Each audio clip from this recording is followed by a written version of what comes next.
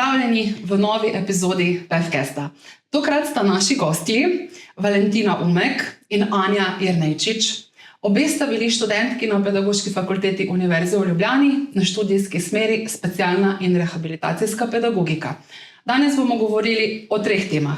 Najprej o študijskem programu specialna in rehabilitacijska pedagogika, o izkušnjah, ki jih imata kolegici.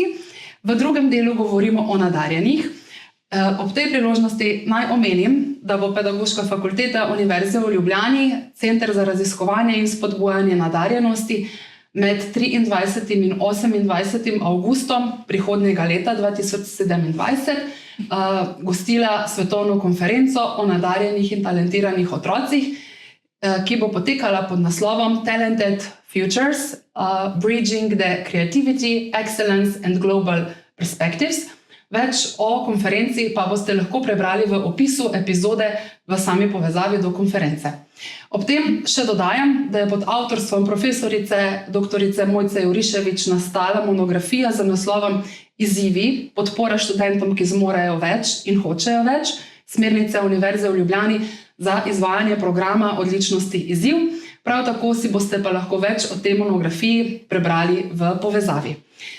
V 3. delu pa bomo največ pozornosti namenili priročniku, ki je pod avtorstvom in soavtorstvom še nekaterih kolegic in pod mentorstvom profesorice Mojce Juriševič in dr. Urške Žerak nastal pod naslovom Ideje za učinkovito učenje na univerzi. Tako da bomo tudi ta del, ki je nastal pod projektom z naslovom Učni pristopi študentov Univerze v Ljubljani, nekaj več tudi povedali in seveda bo tudi ta priročnik možno pregledati, prebrati v spodnji povezavi. Takole, Valentina in Anja, lepo pozdravljeni. Najprej iskrena hvala, da sta se odzvali našemu povabilu kljub zahtevnemu urniku, ki ga imata. Smo se kar nekaj časa tudi usklajevali. Res hvala za vajino udeležbo. Ja, hvala. V veselje nam je.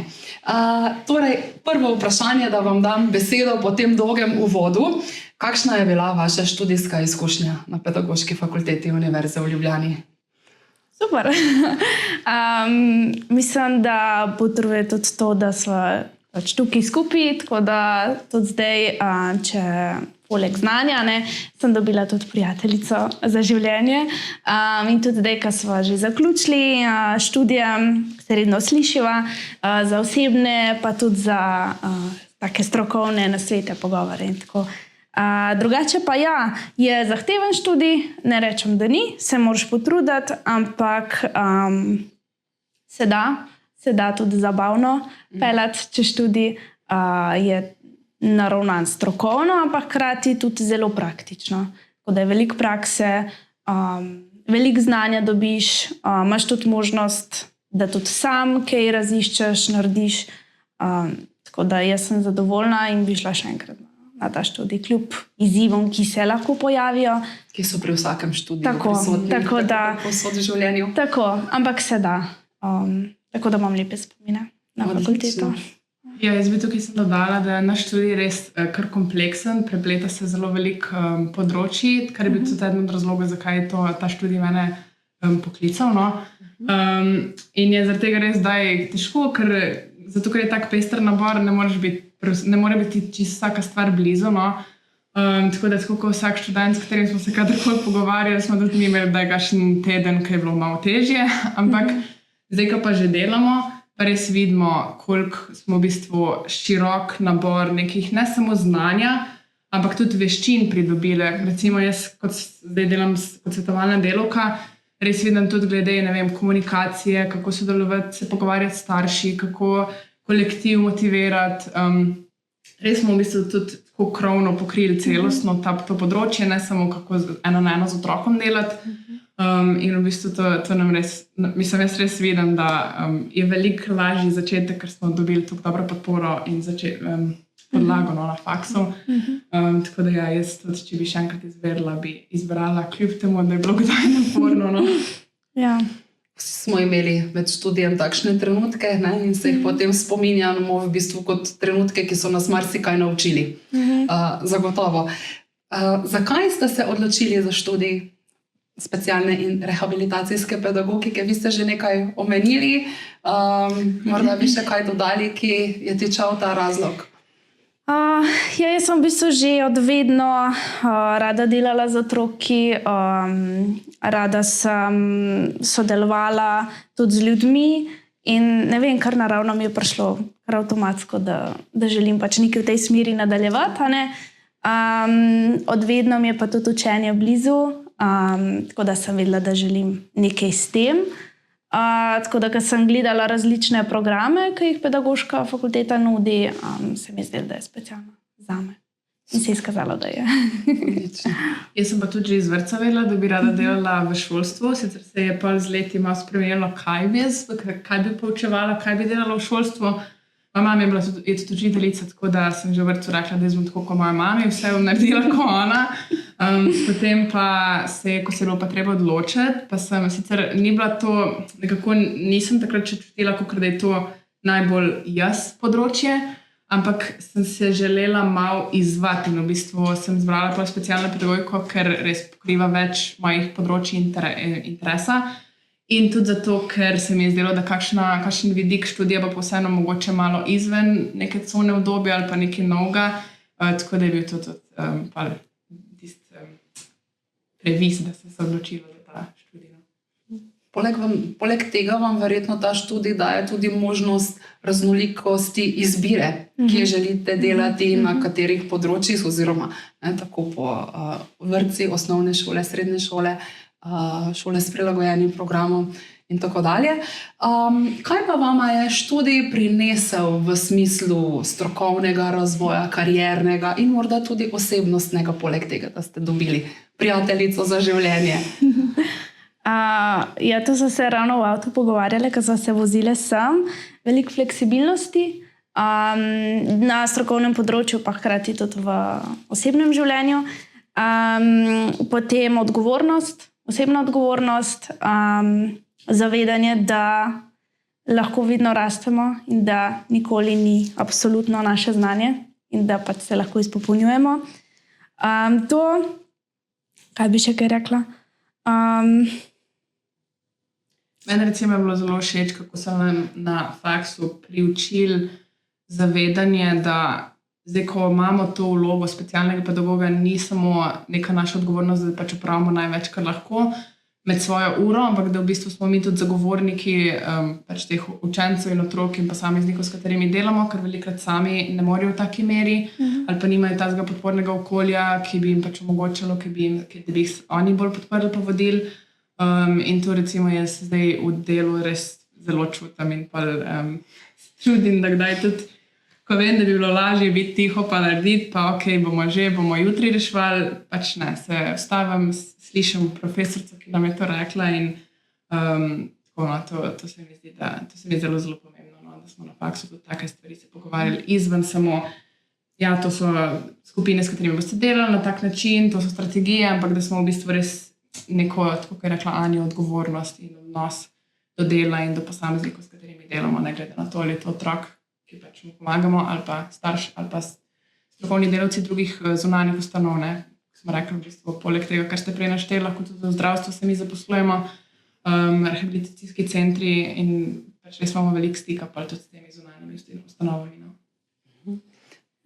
Moram reči, da ste zelo lepo povzeli to bistvo, ki ga želimo nekako razširiti na pravzaprav vse zaposlene strokovne delavce v vzgoji in izobraževanju, in to je ta odgovornost, stremeti k dobrobiti otroka in tako dalje, kar se vama seveda iz vajnega pogovora tudi vsekakor prepozna in vidi. Kam pa vaju je karierna pot po zaključku študija popeljala? Meni je v bistvu pred zaključkom študija. Jaz se zelo dobro spomnim še ene druge profesorice, ki je v prvem letniku nam rekla, najprej zaključite, potem iščite šiht, ker je ful težje, če se prehitro. Ampak jaz mislim, da je dosti pogosta zgodba. Mislim, vseeno moraš imeti določene osebnostne lastnosti, da se odločiš za ta študij. In glede na to, kakšen manjko je našega profila povsod, nekako res težko pričakovati, da ko nas bojo klicali, oj, a bi imela kaj časa, bi lahko že kaj prej, čeprav ima še predavanja. Jaz pač sem ena tistih, pa verjamem, da še marsikdo, ki ne morem reči, ne, bom najprej zaključila. Tako da v bistvu jaz sem začela delati še preden, v bistvu v zadnjem letniku, takrat, ko sem to raziskavala, tako da je bilo kar pestro. In sem takrat prvo leto samo izvajala DSP v osnovni šoli. Potem pa naslednje leto so me zaposlili kot svetovalno delavko v šoli, svetovalno delavko v vrtcu in izvajalko v obojem. Zdaj leto sem pa v celoti samo v vrtcu, sem pa vzgojiteljica za zgodnjo obravnavo, tukaj se je zdaj novo delovno mesto odprlo, pa preostanek pa svetovalna delavka. No. Tako da v moji kratki karieri sem že kar nekaj kluk stvarila. In s tem tudi veliko izkušenj. Ja, Zagotovo. pestro definitivno, dolg čas nikoli. Jaz bi še dodala, da ker je rekla, da te šiht išče, oziroma ne ga iskati, v bistvu služba te najde. Tako da je v bistvu tudi mene predčasno služba čakala, smo v bistvu skupaj začele na isti šoli, potem pa mene podzapeljala v domač kraj, tako da zdaj delam tam. Oziroma, trenutno ne, ker sem na porodniški. Tako da mene so drugačne izkušnje srečale, no, bolj tako kot izkušnja mamice in se zelo lepo prepletano znanje, ki ga imam iz študija, pa tudi izzivi, ki me čakajo. Je res, da sem prvo leto mamica, ampak lahko kaj potegnem že kaj znanja. Prvo leto nam da zelo veliko izkušenj in izzivov. Res je, tudi najbolj se otrokovi možgani oblikujejo in imam to skozi v ozadju. In imam tudi argumente, zakaj delujem pri določenih vidikih, tako kot delujem kot mamica. Absolutno. Ja, sem vesela, da imam strokovno znanje, ki ga lahko podpremo. Točno tako. Se strinjam z vami. Sedaj pa gremo morda še en korak naprej. Govorili bomo o nadarjenih na univerzitetni ravni in vi dve sta bili vključeni v en projekt, v en predmet, ki se je izvajal na tem področju, morda prepoznani kot nadarjeni v osnovni šoli, potem morda prepoznani oziroma nekako zaznani kot nadarjeni na univerzi. Kakšna je tukaj vaša izkušnja glede dela, v katerega ste se vključevali, glede spodbujanja nadarjenosti na univerzitetni ravni? Jaz v osnovni šoli sem bila nominirana, če pač omenim te stopnje, ki so po konceptu, sem bila nominirana, ne spomnim se, da bi bila pa prav prepoznana. Vem, da sem bila vključena v različne dejavnosti na večjih področjih, ampak te stvari niso bile samo za nadarjene. Tako da jaz zase ne moram reči, da sem prepoznana kot nadarjena. Sem pa tudi po pogovoru s profesorco Mojco, ki ima tudi predmet na fakulteti nadarjeni učenci in študenti in tako, je v bistvu rekla, da glede na to, da smo študenti na fakulteti, izkazujemo neke značilnosti, ki jih imajo nadarjeni in tudi vključevanje v različne projekte in pa motivacija za študij in za različne projekte znotraj študija tudi nekako lahko povežemo z nadarjenimi, oziroma značilnostmi nadarjenih učencev, študentov. Ampak ja, ne moram pa reči, da sem prepoznana. Sem bila pa vključena v ta predmet, ker mi je zanimivo in tudi zdaj v bistvu v službi je še vedno zanimivo to področje in razmišljam, kako bi lahko, kakšne dejavnosti bi lahko ponudili nadarjenim, ki so mogoče lahko spregledani, oziroma se najbrž boš več ti povedala, kako ni v osnovnih šolah enako urejeno za nadarjene. Ja, žal. Tako da je nekaj še vedno, kar me veseli.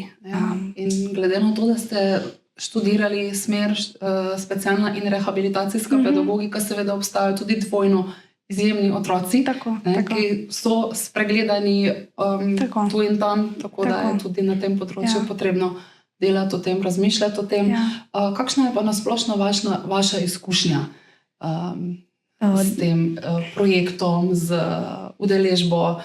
Dobro, meni se zdi, da na faksu je veliko možnosti, da se vključuješ v različne projekte, tako, ki so povezane s študijem ali pa izven študija, kjer se lahko pokažeš tudi svoje druge sposobnosti in veščine. In ni v bistvu samo faks in predavanja. In jaz imam dobro izkušnjo, no, se veliko naučila, ne samo na strokovnem področju, ampak tudi osebnem, ker se naučiš fleksibilnosti, naučiš se medsebojnega sodelovanja, timskega dela, usklajevanja, potem osebne odgovornosti, statističnega dela, konec koncev.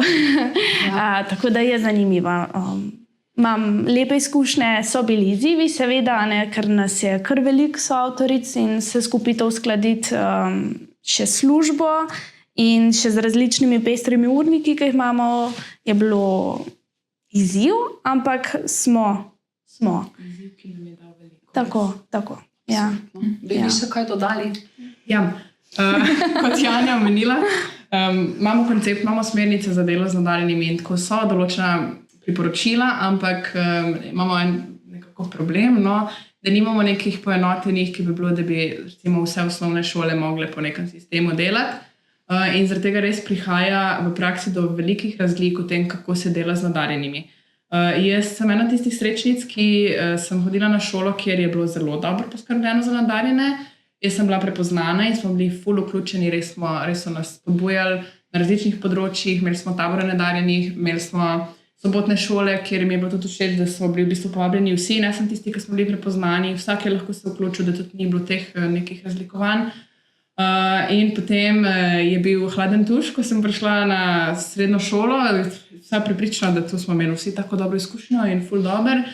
In pač ni bilo tako.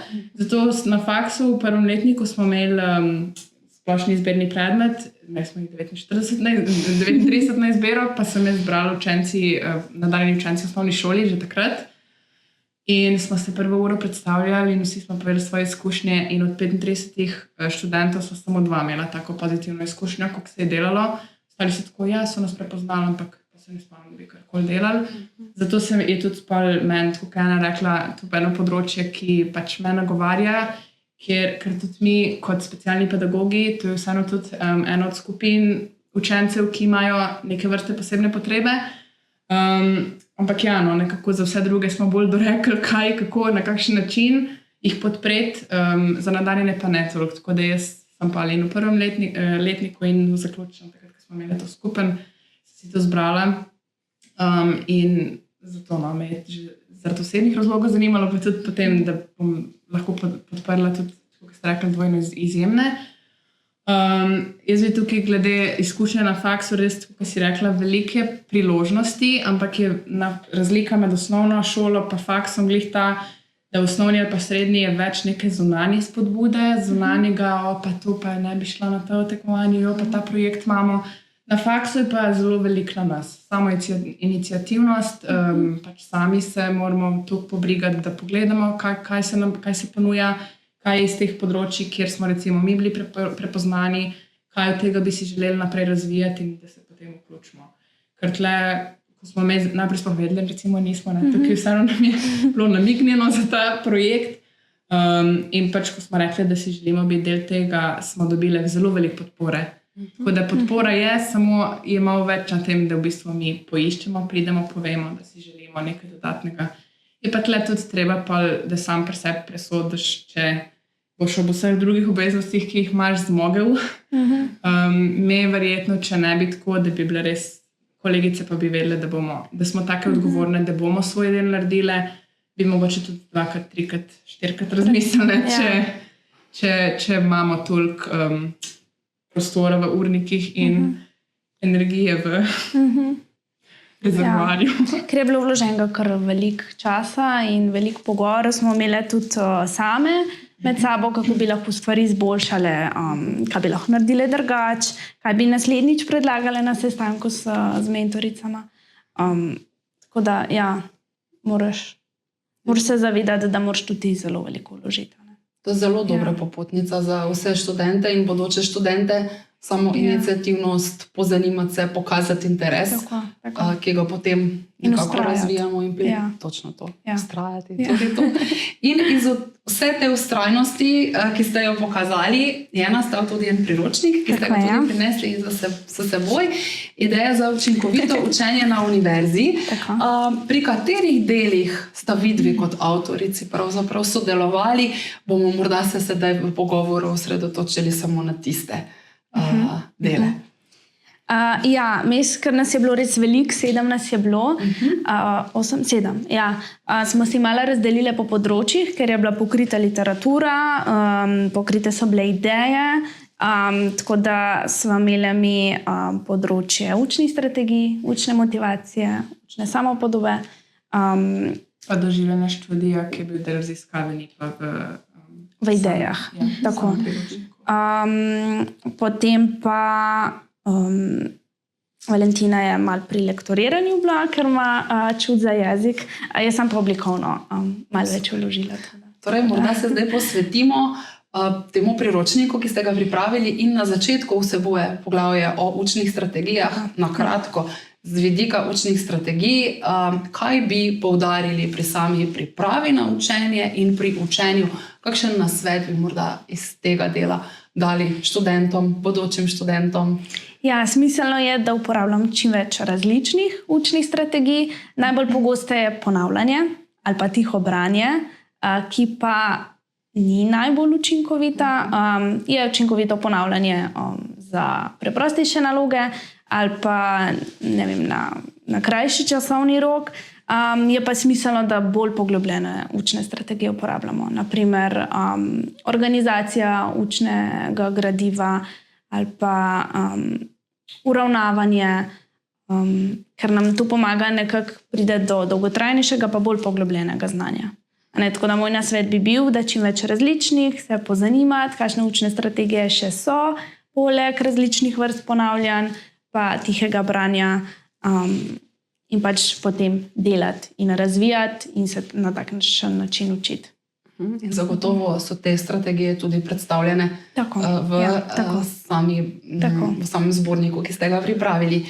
Ja, seveda, absolutno. Je pa žal tako, da ni nekega recepta, da bi lahko zdaj tudi, ki bila pametna, bo povedala, kaj se to uporabite, pa bo vse delovalo, ker mi smo res v tej raziskavi pristopili smo k vsem članicam fakultete in je tukaj pa že razlika v tem, ali gre za umetniško fakulteto, umetniške smeri, tehnične, naravoslovne, družboslovne, že način poučevanja se zelo razlikuje, ker sem se pogovarjala s prijatelji, ki so na tehničnih, to se ne da primerjati, recimo. In je potem temu razumljivo, da tudi učne strategije, da so nekatere bolj učinkovite na določenih smereh, plus odvisno od posameznika, kakšne ima do zdaj izkušnje, kako, ne vem, kakšno tudi, iskreno tudi kako časovno ima, recimo, možnosti. Tako da mislim, da smo v priročniki tudi tukaj malo bolj, ker smo tudi fokusne skupine izvedeni in so pa specifični iz teh različnih fakultet študenti povedali, kaj recimo njim ustreza, kakšne so učinkovite strategije zanje. Tako da bolj mogoče bo to pomagalo, če se res grejo pogledati, če hočejo bolj specifično, ampak je res to kaj nekaj dejavnikov, da preprosto najlažje je, da preizkusite jih čim več in pač ugotovite, kaj vam ustreza. Pa enkrat ni dovolj, da preizkusimo, pa ni delovalo. Moramo parkrat, da sploh se naučimo neko strategijo uporabljati, tako da je tudi to v bistvu delo. Od začetka, bolj lažje. Ja, pa hkrati tudi tako, že znotraj študija so v bistvu različni predavatelji na različni predmeti in mogoče neka učna strategija nekje učinkuje in je smiselna, nekje pa ne. Tako da treba ugotoviti, kaj je tisto, ki prinese boljše rezultate. Vsekakor. In potem, ko gremo od strategij, ko jih poznamo, kako se učiti, potrebujemo pa tudi malo motivacije. In kako se lotiti tega, ko nam zmanjka motivacije? Kaj lahko naredimo? Kaj sploh motivacija je, če jo lahko čisto na kratko opredelimo in kaj narediti, ko zmanjka motivacije? V bistvu se učne strategije in motivacija, pa tudi ostala področja zelo prepletajo. Tako da, če je slabša učna motivacija, mogoče tudi slabše uporabljene učne strategije. Je pa učna motivacija nekaj, kar nas spodbudi na poti do zaželjenega učnega cilja, a ne zagotavlja kakovost, trajanje pa intenzivnost, na kratko. Kaj sploh motivacija je. Kar se pa tiče pomankanja le-te, so pa različni dejavniki. No? Lahko že samo sprememba učnega okolja spodbudi našo motivacijo. Naprimer, če ugotovimo, da je okolje tisto, ki nam onemogoča učinkovito, kvalitetno učenje, bi spremenila oziroma izboljšala okolje. Ne vem, že veliko naredi, če prezračimo prostor, če naredimo aktivni odmor, gremo na prostor, kjer je svetlejše, ali pa prižgemo luč. Menjamo prostor. Tako naredimo kratko pauzo, si natočimo kozarec vode. Čisto take stvari. To se pravi, je smiselno postavljanje učnih ciljev, ki so krajši, lažje dosegljivi, zaradi tega, da si že v začetku postavimo prevelik cilj in nas že to odvrne od učenja. Bi pa zelo priporočala, da si študenti naredijo dober načrt učenja, kamor spada tudi to, da si vključimo, katere dneve bomo prosti ali pa kateri del dneva, tudi da skrbimo za gibalne odmore, za aktivnosti, tudi da vnesemo v načrt, kdaj si bomo stiskali učno gradivo, da takrat, ko je čas za učenje, se res začnemo učiti, ne pa, da si moramo še vse pripraviti.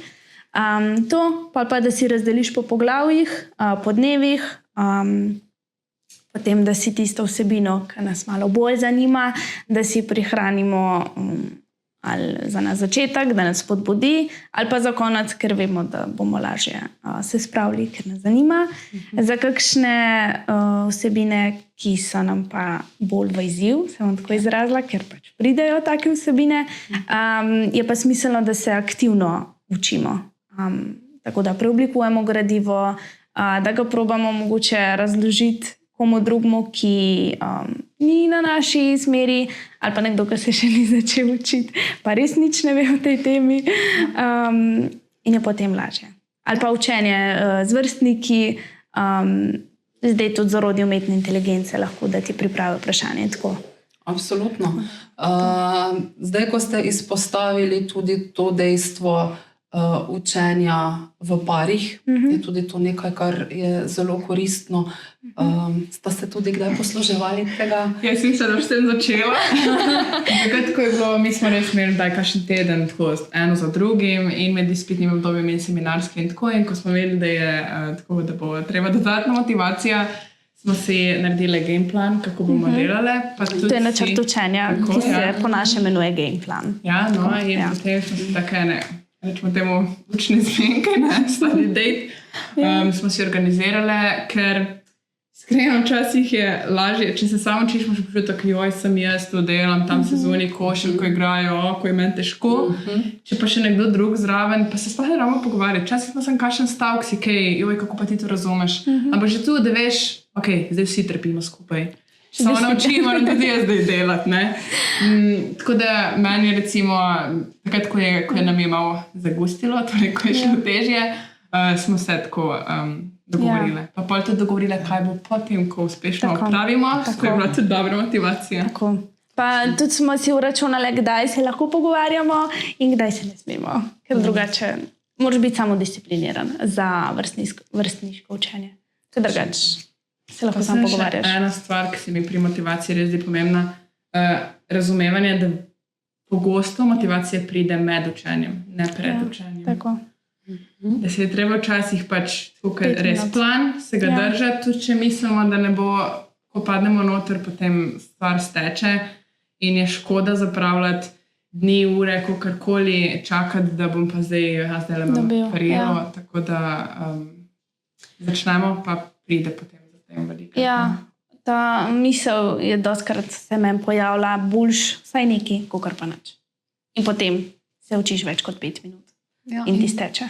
In tudi disciplina znotraj tega načrta. Zdaj pa morda samo še na kratko o samopodobi, kako jo lahko krepimo, zato da sta tudi motivacija in učne strategije bolj uspešne. Ja, to se vse povezuje, smo že ugotovili. Zdaj pri študijski samopodobi je tako, ne. Bolj, ko smo uspešni, više, ko imamo študijske dosežke, bolj se s tem krepi v bistvu študijska samopodoba. Velja pa tudi obratno, ne. Više, ko je samopodoba, lažje dosegamo višje dosežke. Tako da je v bistvu, tako kot je Anja že prej rekla, ne, tudi da si dajemo cilje, tudi da ko je kaj težko, si pač damo še nek drug cilj. Pomembno je na faksu, smo že dvakrat povedali, ne bo nam vsaka smer ali pa vsak predmet ali pa vsak snov blizu in je pomembno si razpucati v glavi, da tudi nekje na nekem področju mogoče pa nismo tako visokega dosežka ali pa ocene pridobili, kot recimo na večini drugih, da to ne pomeni, da zdaj smo pa slabi ali pa zdaj pa, zakaj sem jaz na tem faksu, ne. Ampak je treba pač razumeti, da ne moramo biti samo najboljši, vsak mora biti nekje, tako da se v bistvu osredotočimo na to, kje smo dobri, kako lahko te stvari, ki jih imamo, kjer smo močni, vnesemo tudi v tista področja, ki nam delajo težave. To je v bistvu res področje tudi specialne pedagogike, tako da nam je tudi pomagalo, ko smo mi preko naše smeri iskali poti, kako to pri učencih doseči, smo pa kakšno stvar lahko tudi k nam prenesle. Tako da v bistvu res, no, da si zadamo neke cilje, ki jih lahko dosežemo, vidimo, da smo lahko uspešni in s tem v bistvu krepimo in samopodobo in obratno samopodobo spet nazaj krepi na dosežke. Mogoče bi dodala, da je smiselno zdaj na svet za naslednje spletno obdobje, da se ne primerjamo z drugimi, ker imamo različne izkušnje, različne načine učenja, različno hitro si zapomnimo vsebine in lahko lih to primerjanje malo zamaje naša samopodoba. Ali pa ocene, konec koncev. Morda pa nas tudi malenkost spodbudi. To tudi. Odvisno od tega, kakšni posameznika, osebnostne lastnosti. Velikokrat je tako, sploh, ko smo prej govorili o nadarjenih, v osnovni šoli je bolj raznolik nabor posameznikov zanimanj, sposobnosti, zmožnosti in lahko kdo, ki je prej skozi levo roko bil uspešen, imel občutek, zdaj pa super, jaz pač imajo dobro samopodobo. Pa, ne vem, grejo na gimnazijo, se tam že malo izenačijo bolj te zmožnosti pa uspehi, no. Na faksu pa je spet še bolj usmerjeno, je tudi že zanimanje bolj blizu si med sabo, no. In je potem res lahko kdo, ki mogoče prej ni bil prisiljen ali pa ni rabo, no, nekih učnih strategij razvijati ali pa ful razmišljati o svojem učenju, je pa lahko šok včasih v prvem letniku, no, ko vidijo, da zdaj pa nimam tako lepih ocen, kot sem jih imel prej z levo roko, zdaj so pa moji sošolci bolj uspešni pri tem predmetu in je pa res super, no, če že prej razmišljaš o takih stvareh, da se že prej malo pripraviš, da zdaj pa na faksu drugačen način dela in drugačen pristop k učenju, zato da pa res obrneš ta pogled, kot je Anja rekla, nase, da primerjaš svojim, tukaj jaz vem, da zmorem, tukaj sem naredil pri tem predmetu. Sem pač naredil, kar sem lahko, ne pa, da se primerja s drugimi. Vse včasih je težko to slediti, ampak bolj, ko se opominjamo, bolj, ko se pogovarjamo o takih stvareh, pa če imaš razred, kjer se lahko pogovarjaš o takih stvareh, da vidiš, da se ne počutiš sam ti tako. Mi smo imeli zelo krasen razred. So pa kakšne smeri, ko so bolj tako, ki je več nekega tekmovanja in primerjanja, ker mi smo vedeli, da pa nas bomo vsi dobili šiht, kakorkoli nas bo. Pač res smo, zdaj v vzgoju in izobraževanju pravzaprav vseh profilov primanjkuje. Takole, jaz bi se vama, Valentina in Anja, res iskreno zahvalila za odziv, povabilu, za sodelovanje, za ta zelo prijeten pogovor, ki bi lahko trajal še ure in ure. Vam, dragi poslušalci in gledalci, pa tudi iskrena hvala za pozornost. Predlagam vam, da si vsebine, o katerih smo danes govorili v epizodi, pogledate, preberete tudi iz povezav, ki bodo prilepljene v samem opisu epizode. In se vidimo naslednjič. Hvala za ogled.